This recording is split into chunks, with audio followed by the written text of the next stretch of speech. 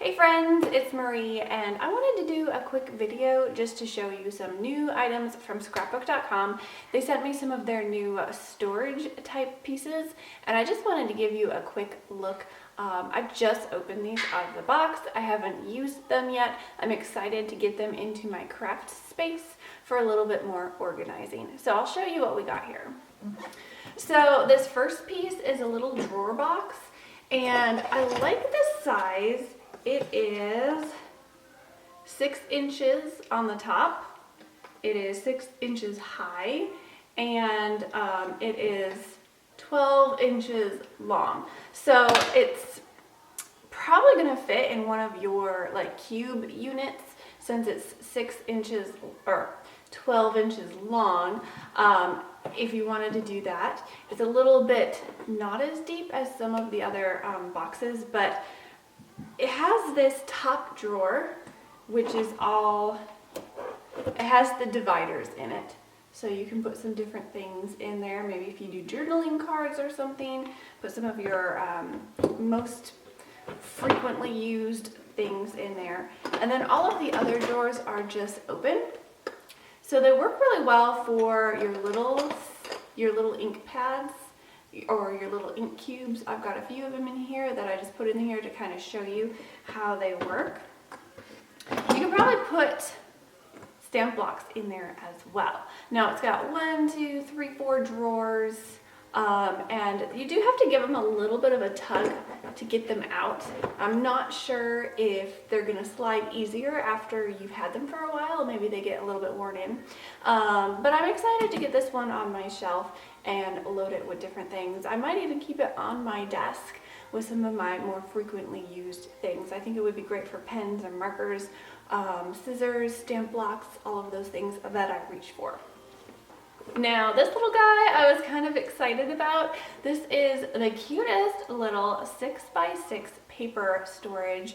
And I've never seen a paper storage that is 6x6.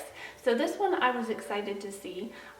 So it can store your 6x6 papers, which is fantastic because as a card maker, I don't have very many 12x12 sheets.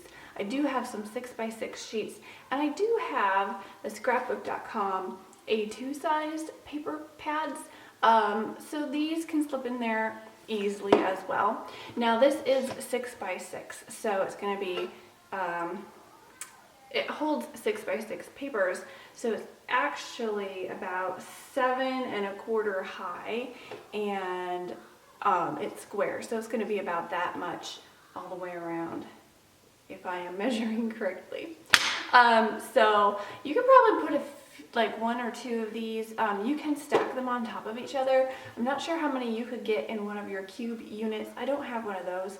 I just have a regular shelf, so I'm going to be setting it on there and just using it to store my papers. Now what I think is fantastic is if you don't have 6x6 papers, you can just tip it like this and then go ahead and put some of your stamps in there. If you have a lot of these 6x8 stamp sets, those fit in there. So this would be a great storage for your 6x8 stamp sets as well, or stencils, different things. You can use this in different ways. So I wanted to show you this cute little organization cube as well. I love the size, love that there's an option for 6x6 papers. Okay, so this next piece, I think they refer to it as the stadium, and you can kind of see why. It's got these 3 tiers I guess that's what tiers do.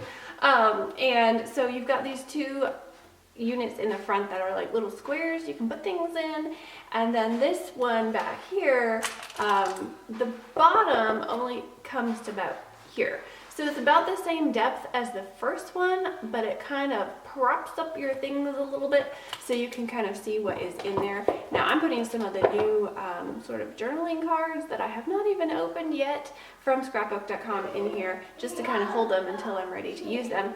Now this last one back here is pretty deep. It goes all the way to the bottom. So as you can see, I can put my stencils in there. You could put like 6x8 stamp sets in here as well and just keep everything organized. Sorry, I dropped some things. But yeah, so I've got some of the new journaling cards from scrapbook.com. I've got some of their new stencils that I am so excited to use. Scrapbook.com, along with all of their other envelopes for storage, they now have the 13 by 13 envelopes. So if you like to store 12 by 12 papers, go ahead and put them in here. Or if you want to keep all the items for one project together, you can go ahead and do that. So they sent me several of these, and I just think they're huge and fantastic. I think you could even put like different Cricut projects in there or something if you're trying to keep everything together. So, like I said, I just wanted to give you a quick peek at some new things from scrapbook.com. As always, I've got links down below that you can go and check these out at the scrapbook.com store. Also, I have not used all of these things yet. They just came to my door today. I wanted to give you guys a peek at them. I'm going to be taking some time to organize, figure out how I like to use them, and I'll probably let you guys know how it's going if you're interested in updates or anything. Speaking of updates, while I'm here, if you guys have been following the magic mat and following how I've been using it, it's still going strong. I haven't had any warping other than that little mini mat, which I added too much pressure to. Let me grab my magic mat for you. Here it is. If you want to take a peek at my magic mat, I've used both sides, which is actually recommended. Keep flipping it over, use both sides. It's a cutting mat that you use in the place of one of your standard cutting plates for your die machine. I've just used it on the bottom. I put one of these Sizzix glitter plates on top, and I've been using it with my Spellbinders Platinum 6, and I've had no problems whatsoever. It cuts just about the same, if not better, than one of my plastic plates. With some of the really detailed dies and thick paper, I do have to add a shim, but I would have to do that anyway with just a regular plate. So I like that it doesn't, hasn't warped yet. I like that it doesn't make all that crackling sound when you're running through your die machine.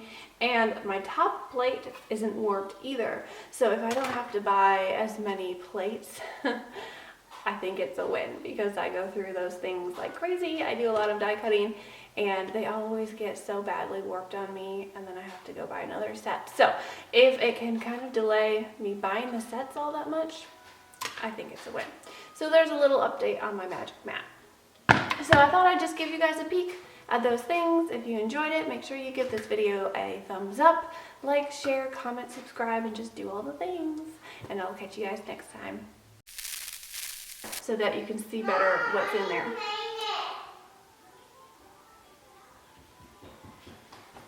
You need what? I need a magnet for that, for that had flooded, that popped the bubbles up. I think the magnet is by the globe. 'Cause look.